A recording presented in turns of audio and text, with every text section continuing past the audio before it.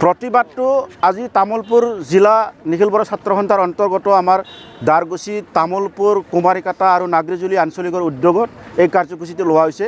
কাৰণটো এইটোৱেই যে যোৱা দুদিন আগত BTCৰ EM বেগম আক্তাৰা আহমেদ ডাঙৰীয়ানীয়ে এপছুৰ ওপৰত মন্তব্য ৰাখিছে যে এপছুৱে ৰাজনীতি বা পাৱাৰত নাথাকাৰ কাৰণে এপছুৱে পাগল হোৱা বুলি তেখেতে মন্তব্য ৰাখিছে।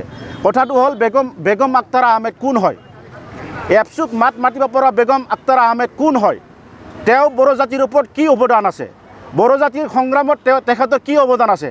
তেখেতে যে এপছুৰ ওপৰত যে কথা কৈছে তেখেতক আমি প্ৰশ্ন কৰিছোঁ, তেখেতে এই উত্তৰটো দিব লাগিব আৰু ক্ষমা খুজিব লাগিব। নহ'লে এই আন্দোলন তেখেতৰ ওপৰতো আন্দোলন ভয়ংকৰ আন্দোলন হ'ব আৰু জনজাতিৰ যি আমাৰ জনজাতিসকলৰ যি 14টা জনগোষ্ঠীৰ যাতে ক্ষতি নোহোৱাৰ কাৰণে আমি আন্দোলন তীব্ৰতৰভাৱে আন্দোলন কৰি আছোঁ। এই আন্দোলন কৰি থকা সময়তে তেখেতে মানে জ্বলি থকা জুইত ঘি ঢালা নিচিনা যেনেকুৱা মন্তব্য ৰাখিছে, ভাষণ ৰাখিছে, আমি ধিক্কাৰ দিছোঁ, আমি গৰিহণা দিছোঁ। তেখেতে ভৱিষ্যতে যাতে আপচুৰ ওপৰত তেনেকুৱা ধৰণৰ মন্তব্য নাৰাখে এই কথাটো আমি সকীয়াই দিছোঁ।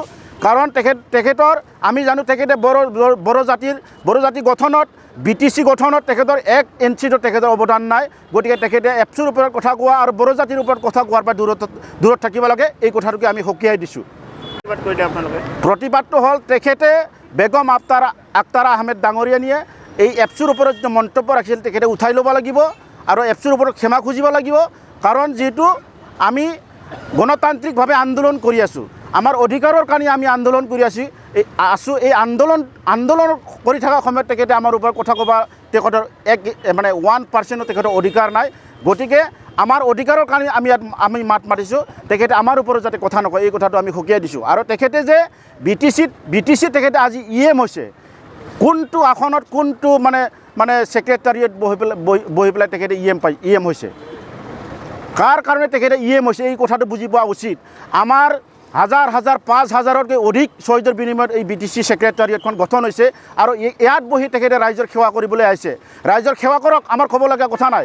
কিন্তু আমি বড়ো জাতিৰ গঠনৰ ক্ষেত্ৰত আপচুৱে আৰম্ভণিৰ পৰাই পদক্ষেপ লৈ আহিছে, আৰম্ভণিৰ পৰাই কাম কৰি আহিছে। আজিও বড়ো জাতিৰ লগতে এই অঞ্চলত বসবাস কৰা বিভিন্ন জাতি জনগোষ্ঠীৰ কাৰণে আমি আপচুৱে চিন্তা চৰ্চা কৰি পেলাই আমি কাম কৰি আহিছোঁ আৰু শান্তি বজাই ৰখাৰ কাৰণে বা শান্তিৰ কাৰণেও আমি কাম কৰি আহিছোঁ।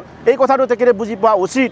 গতিকে আমি সকীয়াই দিছোঁ, বাৰম্বাৰ সকীয়াই দিছোঁ, ভৱিষ্যতত তেখেতে যাতে আমাৰ আপচুৰ ওপৰত যাতে মন্তব্য নাৰাখে এই কথাখিনি সকীয়াই দিছোঁ। আৰু তেখেতে ক্ষমা খুজিব লাগিব আৰু ক্ষমা নুখুজিলে তেখেতৰ ওপৰত ভৱিষ্যতত আমি ব্যৱস্থা লোৱা হ'ব।